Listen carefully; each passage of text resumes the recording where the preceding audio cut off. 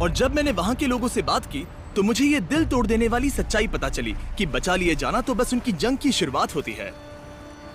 जो बच्चे किस्मत से वहाँ से बच निकलते हैं वो भी सालों तक हुई शारीरिक शोषण और अत्याचार की वजह से गहरी तकलीफ में होते हैं, लेकिन वहाँ कोई अच्छी फैसिलिटी नहीं है जो उनका इलाज कर सके, जिसकी उन्हें बेहद जरूरत है। इसीलिए हमने इसे अपना मिशन बना लिया, घाना के बीचों बीच एक नया सर्जिकल सेंटर बनाने का, ताकि हम मेडिकल केयर की कमी पूरी कर सके और ऐसे बच्चों की मदद कर सके जैसे कि ये दो भाई अर्नेस्ट और रिचमंड। इनके माता पिता ने इन्हें गुलामी के लिए बेच दिया था और दोनों 16 साल की उम्र के बाद जाकर आजाद हो सके। जब हमारी माँ और पिता ने हमें जन्म दिया तो हमें कभी वो मिले नहीं, उन्होंने हमें छोड़ दिया। फिशिंग इंडस्ट्री में गुलाम बनने के बाद दोनों भाई अलग हो गए और अकेले जीने लगे, ये जाने बिना कि क्या ये दोनों फिर से मिल पाएंगे। कभी कभी वो आपको पानी के अंदर धकेलने की कोशिश करेंगे। अगर आप तैरना नहीं जानते तो आप मर जाएंगे। इसी तरह मेरे 20 दोस्तों की मौत हुई थी।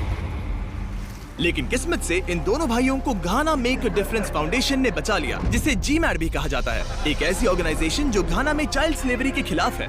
मैं बहुत खुश था कि मैं GMAD आया, क्योंकि उन्होंने मेरे लिए जो कुछ भी किया उसके लिए मैं उनका बहुत एहसानमंद हूँ। GMAD इन शोषित और अनाथ बच्चों के लिए एक घर का काम करता है, उनके अतीत की बेड़ियों को तोड़कर उन्हें प्यार और देखभाल से भरी एक नई जिंदगी देकर। इनका मकसद है इन बच्चों का रिहैबिलिटेशन और शिक्षा, ताकि जब ये बड़े हो जाए तो अपनी एक नई जिंदगी खुद बना सकें। जब इन भाइयों को बचाया गया तो किस्मत से उन्हें किसी मेडिकल ट्रीटमेंट की जरूरत नहीं पड़ी, लेकिन उनके बहुत से साथियों के लिए ऐसा नहीं था। इस बारे में और जानने के लिए मैं मिला ऑस्टिन से, जो GMAD के एग्जीक्यूटिव डायरेक्टर हैं। उसने मुझे समझाया कि सर्वाइवर्स को इलाज पाने में कितनी दिक्कत होती है। उन्हें GMAD कंपाउंड से 30 मिनट दूर तक एक भीड़ भाड़ वाले हॉस्पिटल तक जाना पड़ता है और वहाँ 600 से भी ज्यादा लोगों की लंबी लाइन में घंटों इंतजार करना पड़ता है। सबसे बड़ी दिक्कत हमेशा ओवर स्पेस की रही है। हमारे पास कभी भी पर्याप्त ऑपरेटिंग रूम स्पेस नहीं रहा। यहाँ जो वॉलंटियर सर्जन आते हैं वो सिर्फ 4.5 दिनों में 200 से ज्यादा बड़ी मेडिकल सर्जरीज करते हैं।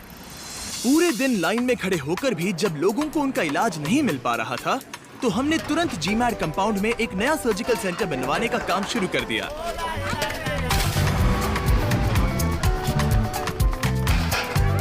जब तक ये प्रोजेक्ट बन रहा था मैंने कंपाउंड के बच्चों के साथ समय बिताया और यहाँ की जिंदादिली और जिंदगी को करीब से महसूस किया।